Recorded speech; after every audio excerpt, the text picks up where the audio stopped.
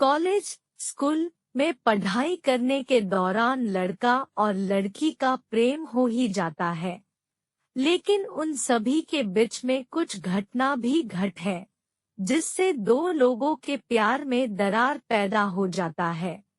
मुझे उम्मीद है कि आज के sad love story in Hindi for girlfriend के अलावा बॉयफ्रेंड के भी इस कहानी में उल्लेख किया गया है।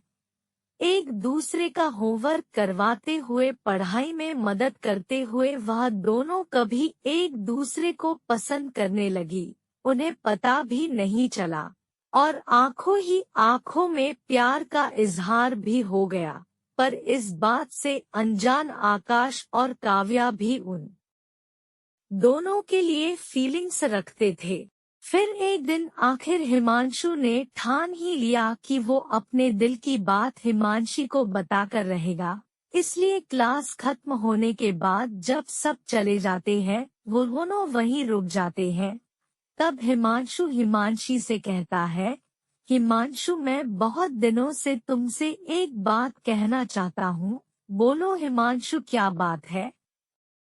हम दोनों बचपन के दोस्त हैं और मैं तुम्हें पसंद भी करता हूँ, तो क्या तुम मेरी गर्लफ्रेंड बनोगी? बिना बोले भी इतने दिनों में हम दोनों ने बहुत कुछ बोल दिया था, फिर भी अगर तुम पूछ रहे हो तो मैं तुम्हें आंसर दे देती हूँ। इतना कहकर हिमांशी बहुत तेज हंसने लगती है।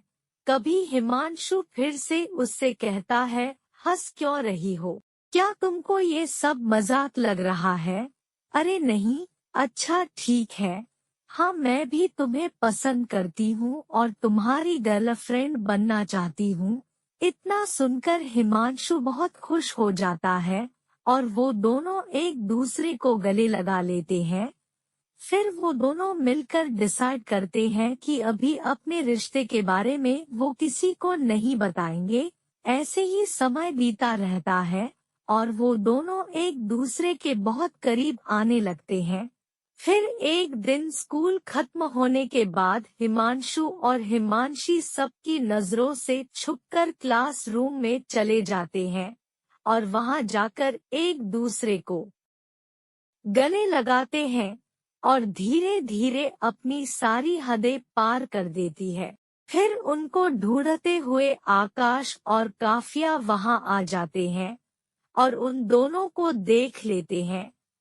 उन दोनों को साथ देखकर आकाश और काव्य का दिल बहुत बुरे तरीके से टूट जाता है और दोनों मिलकर एक प्लेन बनाते हैं। काव्या, मैं जानता हूँ कि तुम भी हिमांशु को बहुत पसंद करती हो।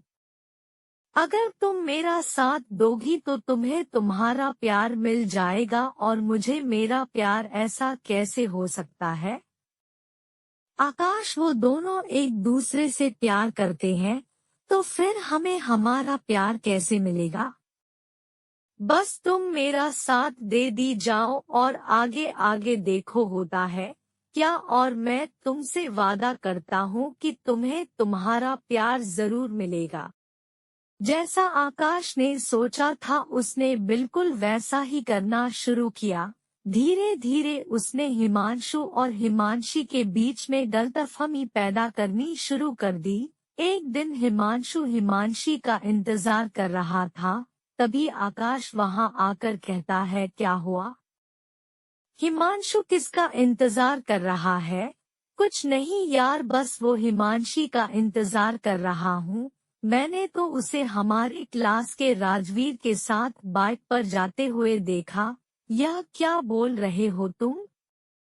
शायद तुम्हें कुछ गलतफहमी हुई होगी। नहीं यार, मैं अपनी बचपन की दोस्त को बहुत अच्छे से पहचान सकता हूँ। ये कोई नई बात नहीं है। अक्सर मैंने उसे राजीव के साथ बाइक पर जाते हुए देखा है। तुझे मेरी बात का यकीन नहीं है तो तू जाकर काव्या से पूछ सकता है। हिमांशु काव्या के पास जाता है और उससे पूछता है कि उसने भी हिमांशु को यही बताया कि उसने राजीव साथ हिमांशी को अक्सर बाइक पे जाते हुए देखा है। हिमांशु तुरंत आग बबूला होकर हिमांशी को कॉल करता है और उसे कहता है, कहाँ हो तुम? कुछ नहीं, कुछ काम से राजीव के साथ आई थी। ऐसा कौन सा जरूरी काम था जो तुमने मुझे बताना भी जरूरी नहीं समझा?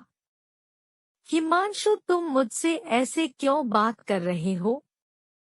कुछ हुआ है क्या? कुछ नहीं हुआ, छोड़ो तुम। कुछ दिनों तक हिमांशु से बिल्कुल भी बात नहीं करता। ये सबसे परेशान होकर हिमांशु के घर जाकर उससे कहती है, क्या मुझसे कुछ गलती हो गई है? हिमांशु, जो तुम मुझसे बात भी नहीं कर रहे हैं। मुझे यह जानना है कि तुम राजीव के साथ बाइक पर क्यों गई थी? मुझे काव्या ने बोला था राजीव के साथ जाने के लिए। उसको राजीव से कुछ बात करनी थी तो मैं उसकी मदद कर रही थी। हिमांशु, तू कब से झूठ बोलने लगी हो? काव्या तो वहाँ मेरे साथ ही थी। अगर उसको राजीव से कुछ काम होता तो खुद ही राजीव से कह देती। वैसे भी अब झूठ के बाद मुझे नहीं लगता कि मैं तुम्हारे साथ रह पाऊंगा। हमें अपना रिश्ता यही खत्म कर देना चाहिए। हिमांशु, बिना सच जाने तुम इतना बड़ा फैसला कैसे ले सकते हो? ऐसा ना हो कि आगे जाकर तुम्हें बहुत पछताना पड़ी। और किसी भी रिश्ते में अगर प्यार और भरोसा ना हो तो वह रिश्ते ज्यादा दिन नहीं चल सकते। और हमारे रिश्ते में भी भरोसा खत्म हो चुका है। जैसा आकाश और काव्या ने सोचा था, उन दोनों ने बिल्कुल वैसा ही कर दिखाया।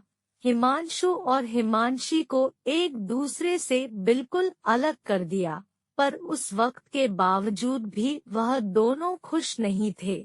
उन दोनों को इस बात का एहसास ही नहीं था कि हिमांशु और हिमांशी को अलग करने के चक्कर में कब हम दोनों एक दूसरे के करीब आ गए। फिर आकाश काव्य से कहता है, यार काव्या, हमें हिमांशु और हिमांशी के साथ बहुत गलत किया है। हमें अपने प्यार का एहसास तो हो गया, पर हमने उन दोनों को अलग कर दिया। तुम सही बोल रहे हो आकाश, हमें अब अपनी गलती सही करनी होगी। अगले दिन आकाश और काव्या हिमांशी के पास जाकर सब सच बता देते हैं कि कैसे उन लोगों ने अपने अट्रैक्शन को प्यार समझ लिया और उस प्यार को पाने के लिए उन दोनों के बीच में गलतफहमी पैदा कर दी। पहले तो हिमांशु और हिमांशी उन दोनों पर बहुत गुस्सा करती है। तुम दोनों के बचपन के चक्कर में हम दोनों पर कितना कुछ गुजरा है। तुम दोनों को एहसास भी नहीं होगा। और तुमसे भी क्या बोलूं जब मैं खुद ही अपने प्यार पर भरोसा नहीं कर पाया। मेरा प्यार इतना कमजोर था कि हवा के छोटे से झोंके से बिखर गया। यार, इसमें तेरी कोई गलती नहीं है, सब हमारी गलती है।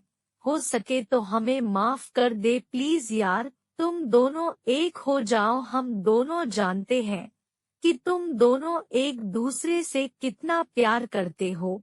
कितने दिन से अलग हो पर कभी एक दूसरे की परवाह करते हो। कोई तुम दोनों के खिलाफ कुछ गलत बोल दे तो उसको सलाह देते हो। तो अपने प्यार को एक चांस और दो। बहुत सोचने के बाद उन दोनों को एहसास होता है कि प्यार इंसान से कुछ भी करवा सकता है, इसलिए वो उन दोनों को माफ कर देते हैं। साथ ही साथ हिमांशु और हिमांशी एक दूसरे से माफी मांगते हैं और काव्या और आकाश भी अपने प्यार का इजहार कर देते हैं और उन चारों की लव स्टोरी पूरी हो जाती है।